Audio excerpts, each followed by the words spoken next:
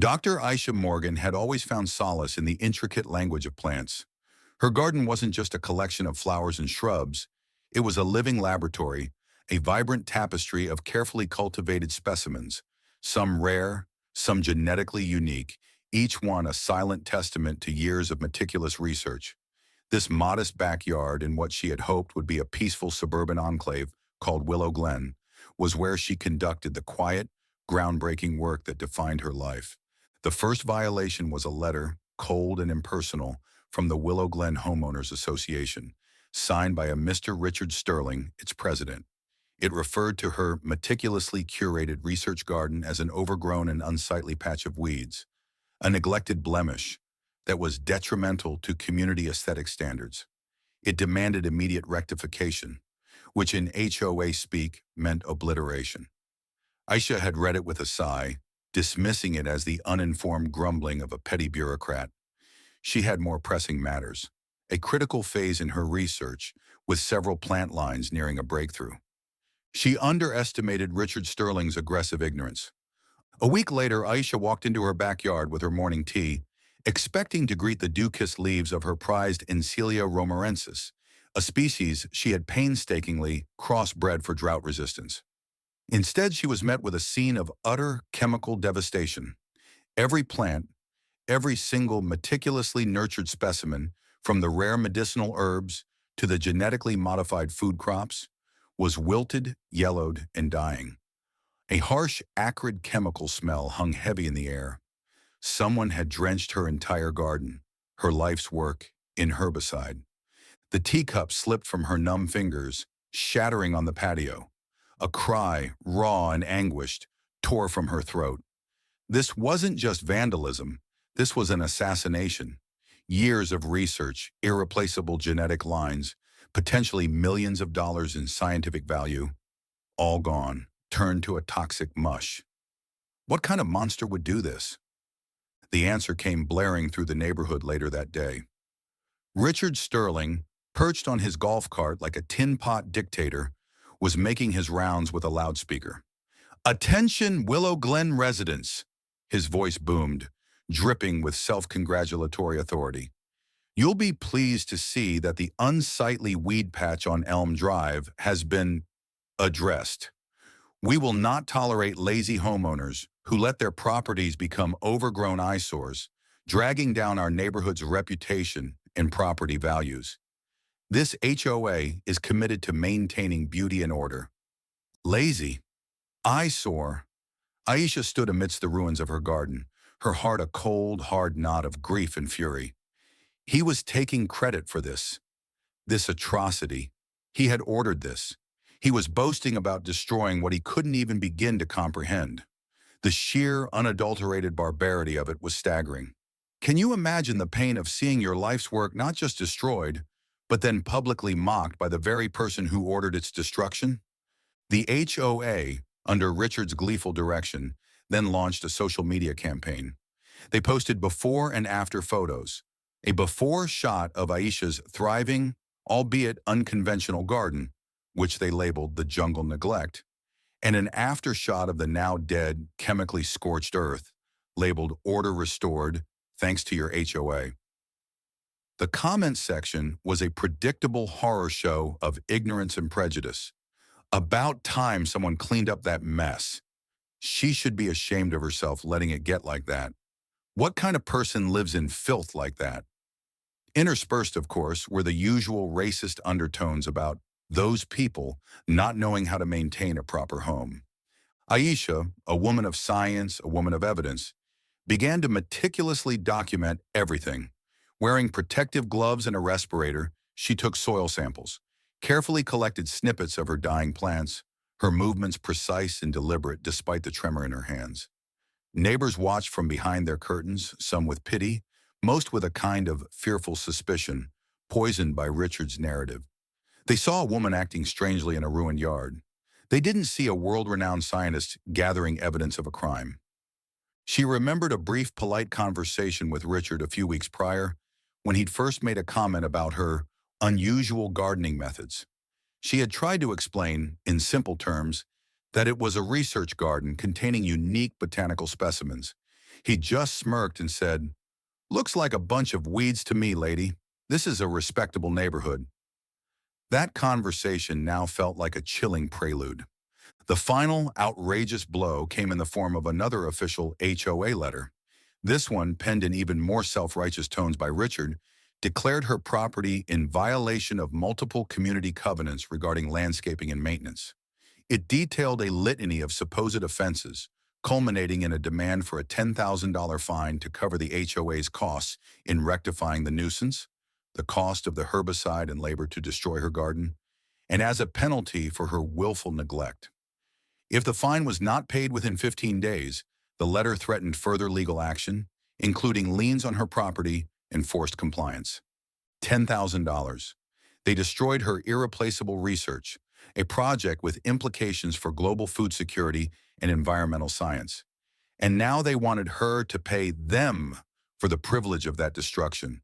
It was beyond absurd. It was a declaration of war. Aisha sat in her quiet house, the acrid smell of chemical death still wafting in from her decimated garden. The grief was a physical ache, but beneath it, a cold, diamond-hard anger was beginning to form. This wasn't just about a garden anymore. This was about the deliberate, malicious destruction of knowledge. This was about the arrogant tyranny of ignorance. She thought of the specific proprietary nutrient solutions she used, the unique genetic markers of her plants, the years of painstaking cross-pollination and observation. She thought of the international research grants that had funded her work, the papers she was due to publish. Richard Sterling, in his petty quest for order, had unthinkingly vandalized something of immense global value. Late one evening, a courier delivered a small, climate-controlled, reinforced package to Aisha's door. A nosy neighbor, Mr. Henderson, a staunch supporter of Richard, saw the official-looking biohazard symbols on the package and immediately called Richard. "She's getting strange deliveries now, Richard." "Sealed boxes. Looks like dangerous stuff. Who knows what that woman is really up to in there?" Richard, of course, added this to his mental file of Aisha's suspicious activities. He didn't know the package contained highly specialized testing kits from a colleague at a federal environmental lab, sent at Aisha's urgent request.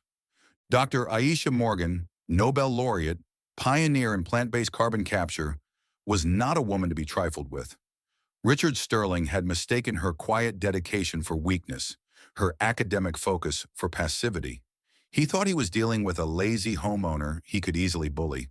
He had no idea he had just picked a fight with a scientific heavyweight, a woman who understood the molecular composition of the poison in her soil better than the company that manufactured it. He had no idea that his petty act of vandalism was about to unleash a storm of scientific scrutiny and legal retribution. The game was far from over. In fact, it was just beginning. And Dr. Morgan always played the long game. The $10,000 fine and the threat of further legal action were not merely insults to Dr. Aisha Morgan. They were declarations of war against reason itself. While Richard Sterling and his HOA cronies congratulated themselves on teaching the lazy homeowner a lesson, Aisha was transforming her quiet suburban house into a miniature environmental forensics lab. The grief for her decimated garden remained a sharp ache, but it was now overlaid with a scientist's cold, precise fury. She had a new research subject, the criminal destruction of her work and the potentially hazardous materials used. Days turned into nights as Aisha, often clad in professional-grade personal protective equipment she had from her extensive fieldwork, meticulously worked. She analyzed the soil samples under a high-powered microscope she'd had shipped from her university lab. She ran preliminary tests on the dead plant tissues, carefully documenting every observation, every chemical reaction. Neighbors peeking through their blinds saw strange lights flickering late into the night from Aisha's windows, smelled unfamiliar, faintly antiseptic odors, and reported to Richard that the weird woman is definitely cooking up something dangerous now, probably making drugs or bombs. Richard, puffed up with self-importance, added these eyewitness accounts to his growing dossier against her, convinced he was uncovering a major criminal operation in his pristine suburb. Richard, feeling his power swell with each fabricated piece of evidence, decided to escalate the public shaming. He organized an emergency neighborhood safety briefing on the community green.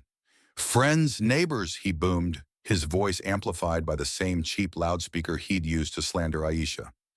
"The situation on Elm Drive has become even more alarming. We have reports of erratic behavior, suspicious late-night activities, and the handling of unknown, potentially hazardous materials by the resident in question." He gestured vaguely towards Aisha's house. "This HOA will not stand idly by while one individual endangers our families and our property values. The $10,000 fine is just the beginning if compliance is not immediate." Aisha heard his voice, a dull, irritating thrum in the background as she calibrated a portable spectrometer. "Compliance?" she thought. "Oh, there will be compliance, Mr. Sterling, but not in the way you imagine." The HOA's harassment became more direct.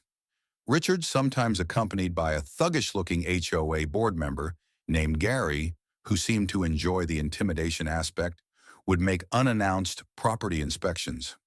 They'd stand on the edge of her dead garden peering towards her house, making loud, disparaging comments about the biohazard site she had created. "You can smell the chemicals from here." Gary would lie loudly for the benefit of any listening neighbors. "She's probably poisoning the whole neighborhood." During one such inspection, Richard spotted Aisha through her kitchen window, carefully pipetting a clear liquid into a series of test tubes. "Look at that," he hissed to Gary, loud enough for Aisha to hear. "She's mixing chemicals, right there in her kitchen. This is beyond unacceptable. We need to get the authorities in here before she blows us all up." Aisha simply continued her work. The chemicals were distilled water and reagents for testing pH levels and heavy metal contamination in the soil, a direct result of the herbicide they had used. She was meticulously building a chain of evidence. The more they harassed her, the more data they provided. The preliminary results from her soil and plant tissue analysis were deeply disturbing.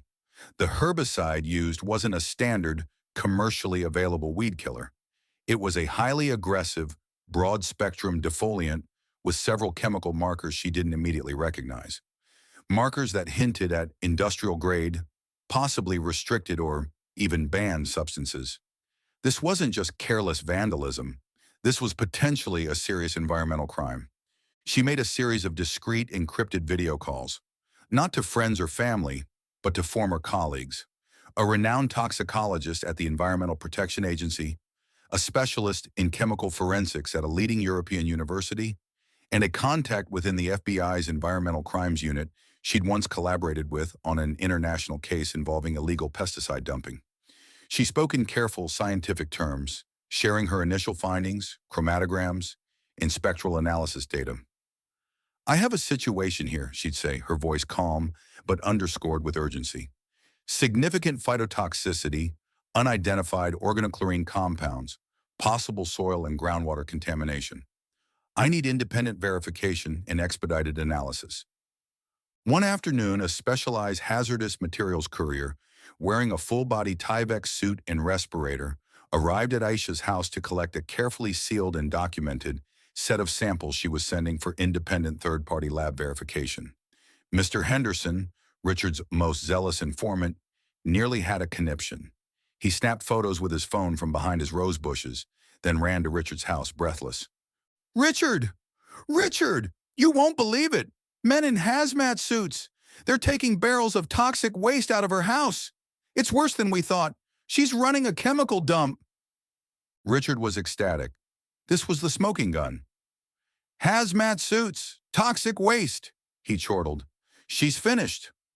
We'll have her out of here and in jail by the end of the month."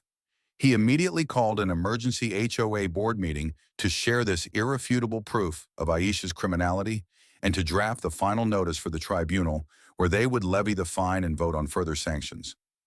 Aisha, meanwhile, received a highly encrypted preliminary report from her EPA contact. The news was grim. The primary defoliant agent in her samples was indeed a banned substance, known for its extreme persistence in the environment and its high toxicity to non-target organisms, including humans. The traces of other compounds suggested an illegally procured, unregulated chemical cocktail.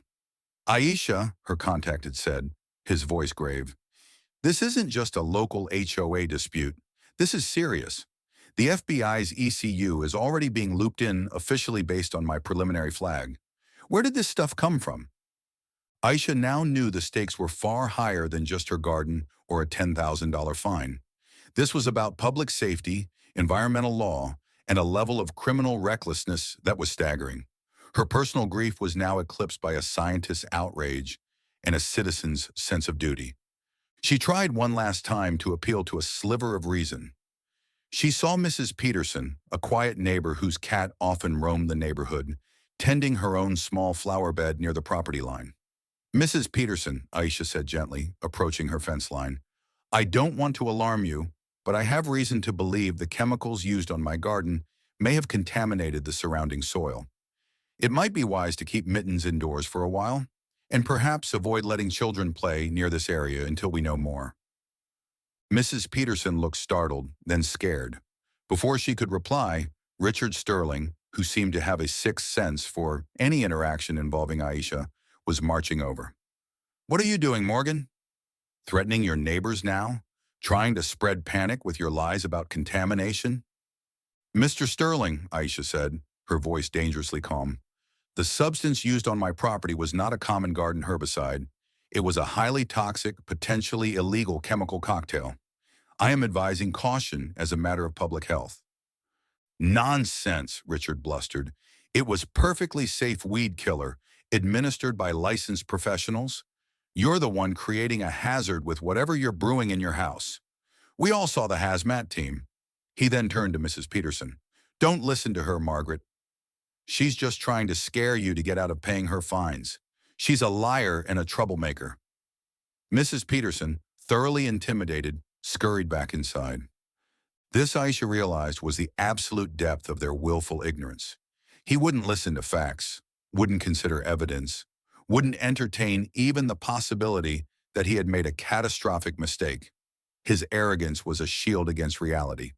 The official notice for the HOA tribunal arrived, delivered by certified mail, and also plastered on Aisha's front door for all to see.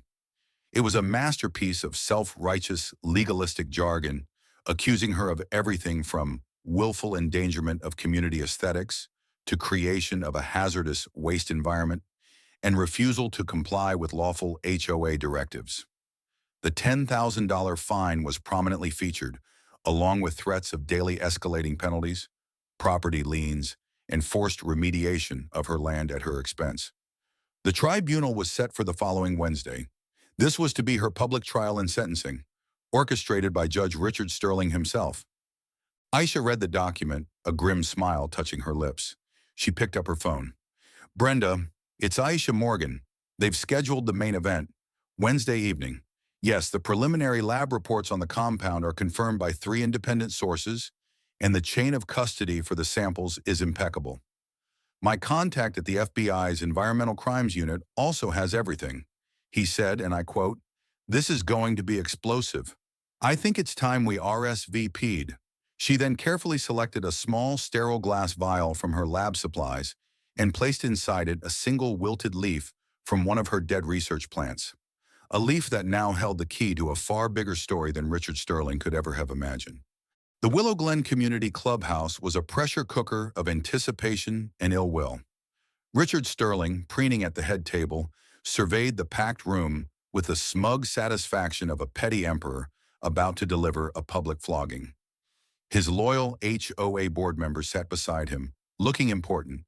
Tonight they would make an example of Dr. Aisha Morgan and her weed patch. The $10,000 fine was just the beginning. This special tribunal of the Willow Glen Homeowners Association is now called to order, Richard announced, his voice booming with false authority. He launched into a florid, self-aggrandizing speech about community standards, property values, and the irresponsible actions of one inconsiderate resident who has blighted our beautiful neighborhood. He detailed Aisha's violations, his voice dripping with contempt, painting her as a lazy, defiant troublemaker. The crowd, largely his supporters, murmured their assent. Finally, he gestured dismissively towards Aisha, who sat calmly in the front row.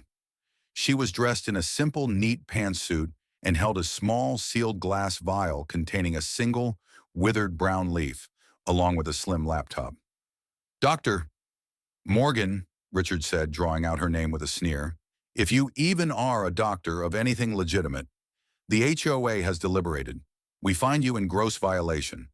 Do you have anything to say before we formalize the $10,000 fine and discuss further sanctions, which may include daily escalating penalties and a forced cleanup of your disaster zone at your considerable expense? He chuckled, and some in the crowd tittered along. Perhaps you've brought us another weed as a token of your surrender? Aisha rose, her movements unhurried, her expression unreadable save for a faint, almost imperceptible smile. She connected her laptop to the hall's projector. Thank you, Mr. Sterling, for that colorful introduction, she said, her voice clear, calm, and carrying an unexpected resonance. The projector screen flickered to life. It displayed not pictures of her garden, nor pleas for mercy, but the iconic seal of the Nobel Foundation. Then, an image of Aisha herself, younger, beaming, shaking hands with the King of Sweden as she accepted the Nobel Prize in Environmental Science. Below it, the citation. For her groundbreaking research into phytoremediation and the development of hyperaccumulator plant species for decontaminating polluted ecosystems. A wave of stunned silence, so profound it was almost deafening, swept through the room. Richard Sterling's jaw literally dropped. His smug smirk froze, then melted into an expression of slack-jawed disbelief and dawning horror. My name, Aisha continued, her voice steady as a rock, is Dr. Aisha Morgan. Yes, a doctor, a PhD in environmental biochemistry, to be precise, and a Nobel laureate. She let that sink in for a moment, her gaze sweeping across the dumbstruck faces. The overgrown weed patch, Mr. Sterling, the disaster zone you and your association took it upon yourselves to illegally destroy with herbicides, was in fact a $5 million multi-year research project. It contains several unique genetically engineered plant lines, specifically designed to remove heavy metals and toxins from contaminated soil. Some of those specimens were literally priceless, the culmination of over a decade of my life's work. Work that was aimed at solving global environmental crises. Richard was visibly trembling now, his face ashen. He looked like he was about to be sick. The crowd was a sea of shocked, wide-eyed faces. But my primary concern tonight, Aisha went on, her voice taking on a sharper, colder edge, is not just the catastrophic loss of my research, as devastating as that is.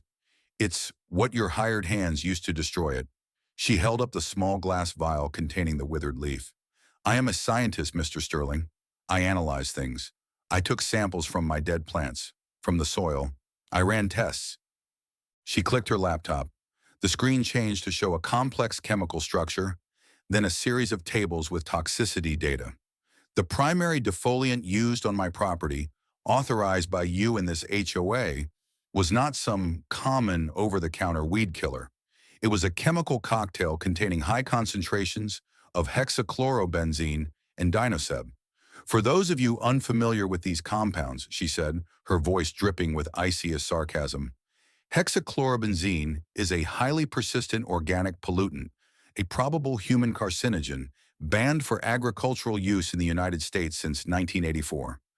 Dinoseb is an extremely toxic dinitrophenol pesticide banned by the EPA in 1986 due to acute toxicity, developmental toxicity, and reproductive toxicity. Its use, possession, or improper disposal carries severe federal penalties. A collective gasp went through the room. Richard Sterling looked like he was about to faint. The use of these banned substances, Aisha stated, her voice like a hammer blow, is not just a violation of HOA bylaws, Mr. Sterling. It is a serious federal crime.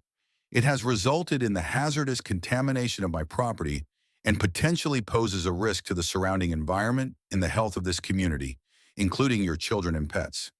I have, of course, submitted my findings, along with fully documented evidence and samples, to the Environmental Protection Agency and the Federal Bureau of Investigation's Environmental Crimes Unit. I believe they found my data compelling. As if her words were a cue, the main doors of the community hall swung open. 3 people in dark suits displaying FBI credentials entered, followed by 2 individuals in EPA jackets. They moved with quiet, no-nonsense efficiency. Richard Sterling, the lead FBI agent, said, his voice calm but firm, his eyes fixed on the HOA president. We have a warrant for your arrest concerning the procurement and illegal deployment of banned hazardous substances and conspiracy to violate the Federal Insecticide, Fungicide, and Rodenticide Act, among other charges. Richard made a choked, gurgling sound. He swayed on his feet, then crumpled, collapsing heavily onto the floor in a dead faint, just as his predecessor in another ill-fated HOA had done. His board members recoiled from him as if he were radioactive. Aisha Morgan watched, her expression somber but resolute. She looked out at the stunned faces of the Willow Glen residents. Science, she said, her voice resonating with quiet power, is the pursuit of truth. Justice is its necessary partner. You chose to act out of ignorance and malice. Today, science has revealed the truth of your actions, and justice will now take its course. Not just for my destroyed garden, but for the laws you have broken and the environment you have endangered. The aftermath was swift and severe. Richard Sterling, revived and handcuffed, was led away by the FBI. The subsequent investigation uncovered a shocking level of negligence and deliberate wrongdoing within the HOA leadership, primarily driven by Richard's obsessive and vindictive pursuit of order. He and several key board members were convicted of multiple federal environmental crimes and received substantial prison sentences and crippling fines. The Willow Glen HOA was dissolved, its assets seized to fund the extensive, multi-year cleanup of the contaminated soil in Aisha's yard and surrounding areas. The story of the Nobel laureate, whose vital research was destroyed by an ignorant HOA using banned poisons, became a national sensation. The HOA's self-congratulatory videos of the garden cleanup went viral for all the wrong reasons, becoming prime evidence in the prosecution's case and a source of unending public ridicule. Dr. Aisha Morgan, with the substantial settlement she received from the civil lawsuits that followed, and with new urgent grants pouring in from around the world, established the Morgan Institute for Environmental Remediation and Sustainable Horticulture, a state-of-the-art research facility and public science garden. It was dedicated to advancing her work and educating the public, especially students, about environmental science. Its charter included a small firm clause. No individual convicted in relation to the 2025 Willow Glen contamination incident, nor any former board member of the dissolved HOA who had supported those actions, would ever be granted access to the Institute's grounds or programs. The final scene, several years later. Richard Sterling, older, grayer, and gaunt, sits in a stark prison common room, listlessly watching a flickering television. On the screen, Dr. Aisha Morgan, looking vibrant and distinguished, is addressing a global environmental summit, receiving a Lifetime Achievement Award for her contributions to planetary health. We face unprecedented environmental challenges, Dr. Morgan is saying, her voice passionate and inspiring. But the greatest threat is not always the complexity of the problems, but the destructive power of ignorance and the willful disregard for the delicate balance of our natural world. We must choose knowledge over prejudice, stewardship over destruction. For when we harm nature, we ultimately harm ourselves. And when the truth is suppressed, justice, like a resilient seed, will always find a way to break through the poisoned earth and reach for the light. The camera cuts from Richard's tear-streaked, despairing face to a shot of the magnificent Morgan Institute gardens, teeming with life, children laughing as they learn about hydroponics and rare plants. A gleaming sign at the entrance reads, "The Morgan Institute, Green Justice." The audience watching this story would be overcome with a profound sense of satisfaction. Nobel karma is the best karma. Science always wins.